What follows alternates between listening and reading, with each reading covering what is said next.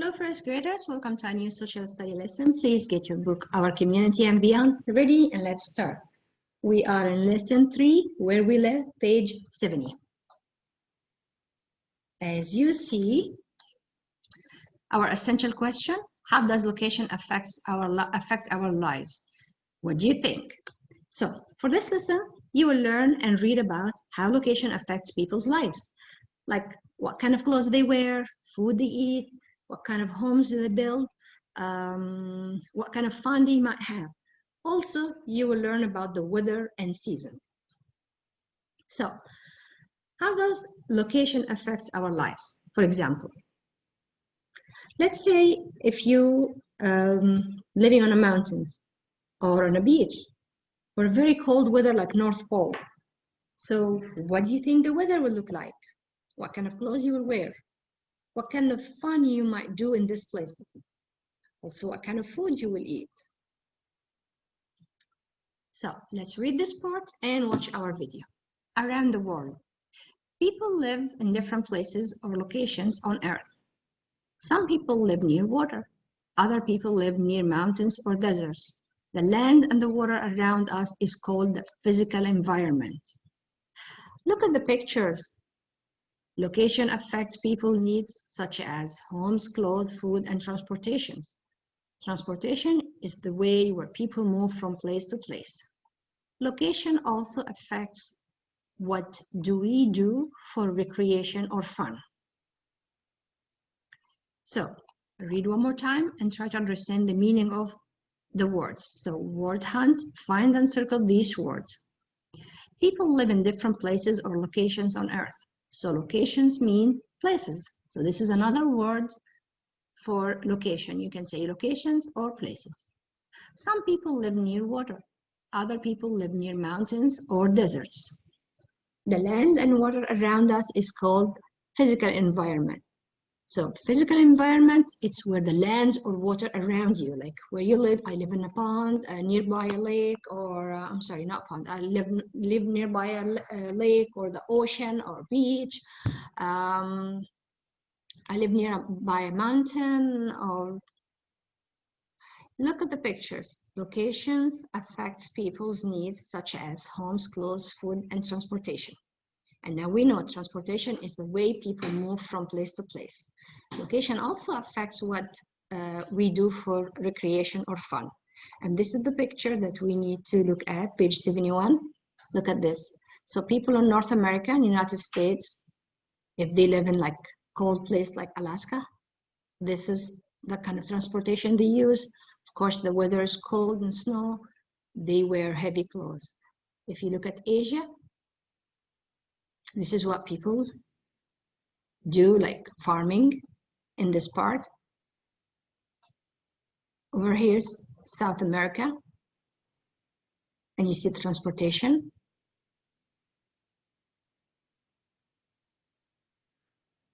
Over here, Australia, recreation, so they have horseback ridings.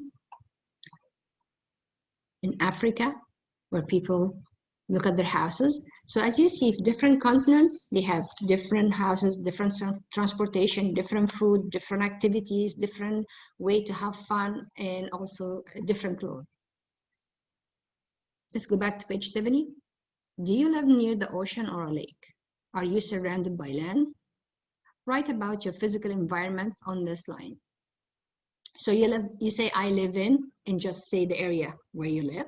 And then my physical environment includes probably you nearby a lake or a mountain or a park, like, you know, or fun, like nearby SeaWorld or one of these amusement parks. All right, let's watch this video.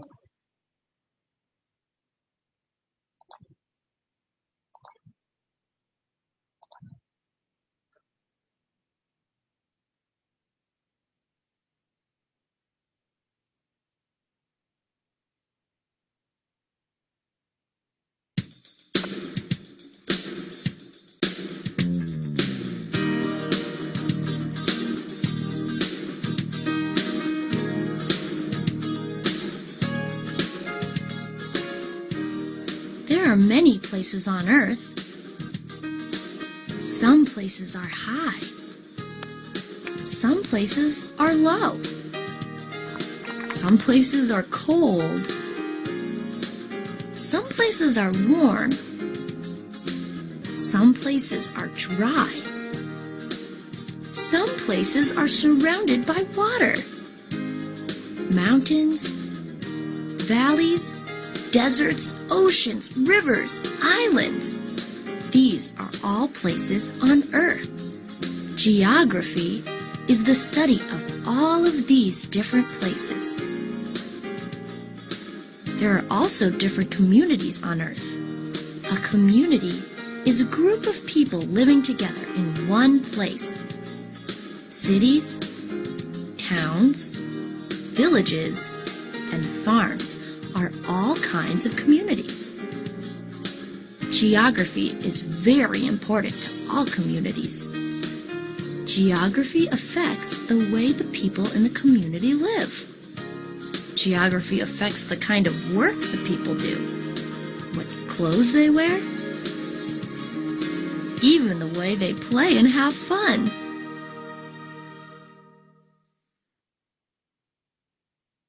Every community has physical features.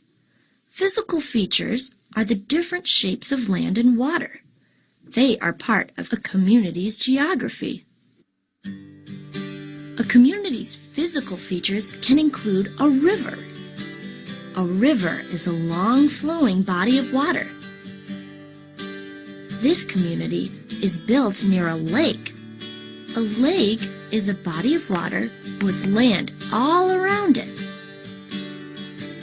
Some communities are built near mountains. A mountain is land that rises above the land around it. Other communities are built in a desert. A desert is land where little rain falls. This is a plain. A plain is flat land.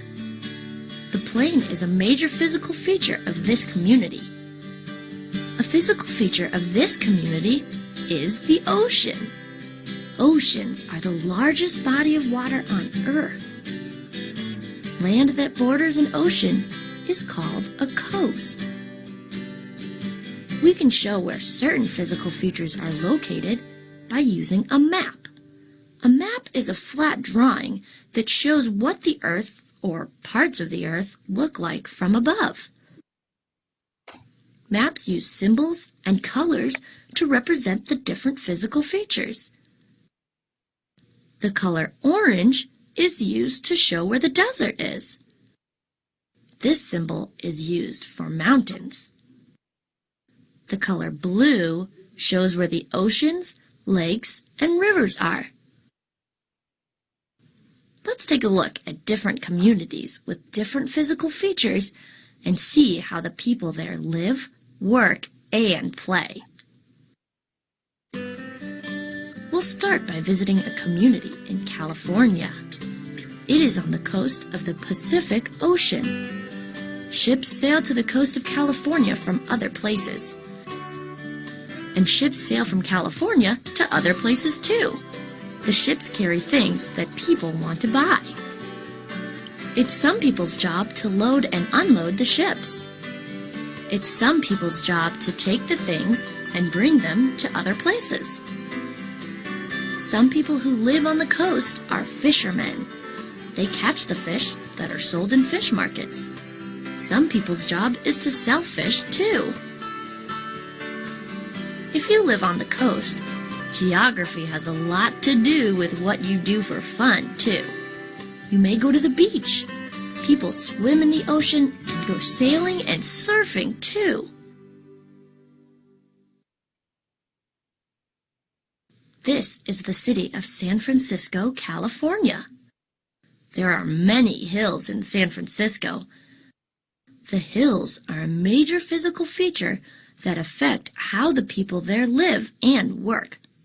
For example, to help people travel up and down the steep hills, cable cars were invented. A conductor is a person who works on a cable car. It's his job to operate the cable car safely. Some people live in communities where it snows. Places where it snows have colder climates. A climate is a kind of weather a place has over a long period of time. Climate is part of geography too.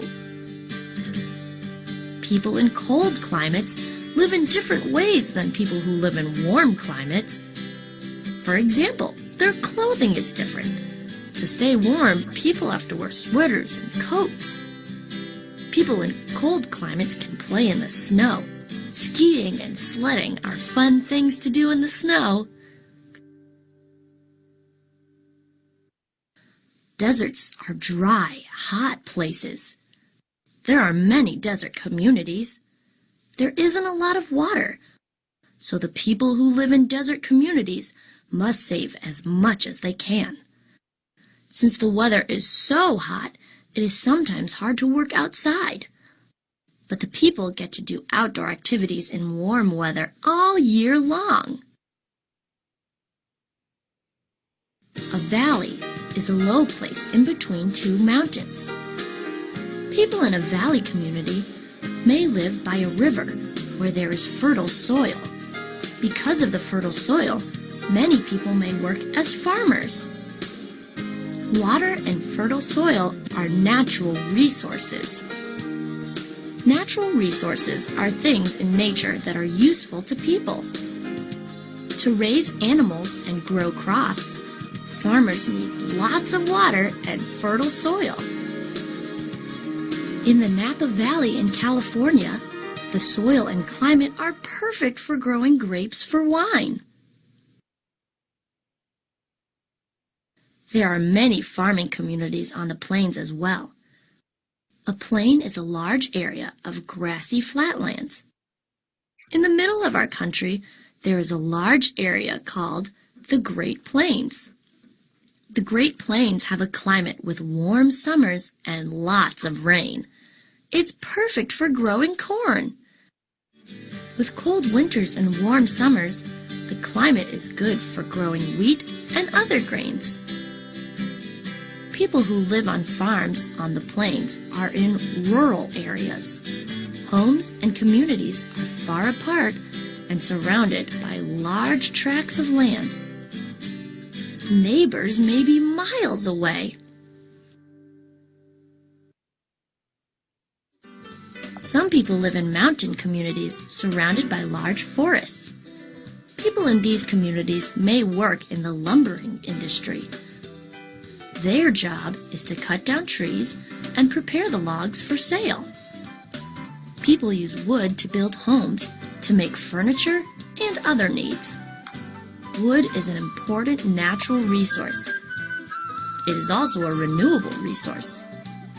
A renewable resource can be replaced if it is not used too quickly. Today, the lumber industry plants new trees to replace the ones that are cut down.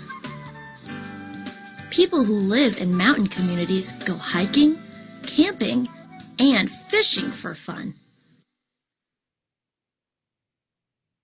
Some communities begin and grow because of the natural resources in the area.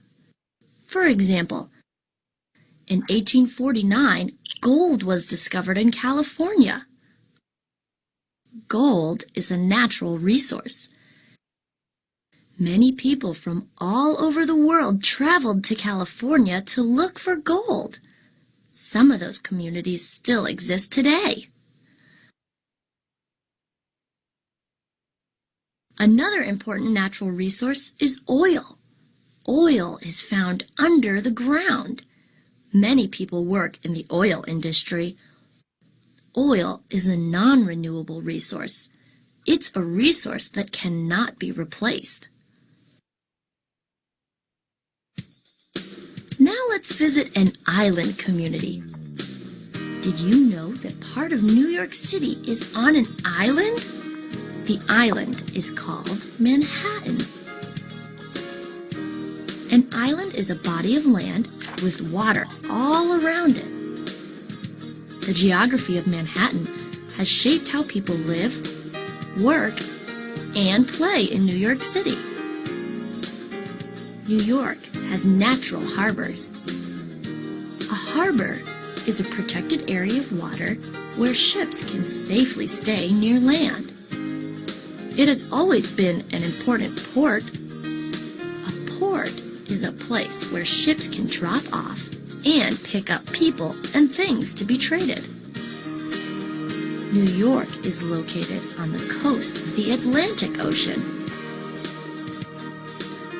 Because of its geographical location, many people called immigrants traveled by ship from Europe to New York City. They landed in the ports in and around New York. Immigrants are people from one country who move to another country. They bring with them new and different cultures. Culture is a way of life.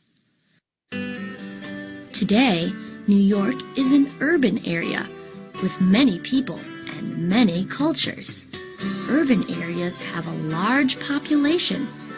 Lots of people live there. And because New York is an island, there isn't a lot of land. So, many families live side by side in apartment buildings. Some people work in offices in tall buildings called skyscrapers. As we've seen, geography shapes communities in many ways. Geography can affect the way we live, the work we do, and the way we play.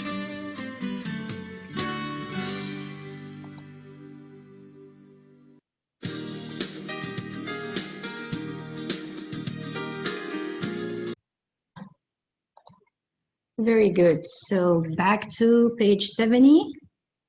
So this lesson or this video is really good. Give us lots of information about how where we live affect our lives, from close to where, transportation you take, food you eat, activities and fun to have, even the weather, what kind of buildings we live in. So over here, we can now answer this question. Our essential question: how does location affect our lives? And the word affects means to make something happen, like to shape or to make you where, like for example, if you live in a rainy environment or a city that you have lots of rain, so the activity will be different because it's going to be always wet, so you're going to be making different activities.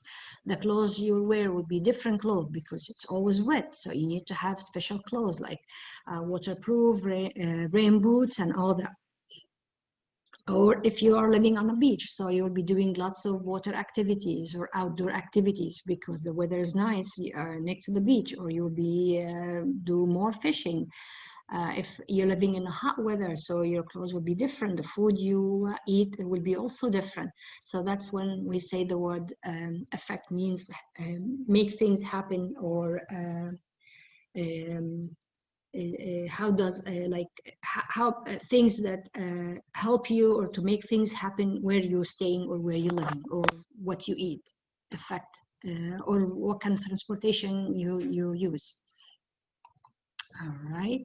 And of course, again, if you look at page 71 with this with the picture and show you parts of the world and the continent and what people might be doing along with the video we just watched. All right, first graders, that's it for today. Thank you.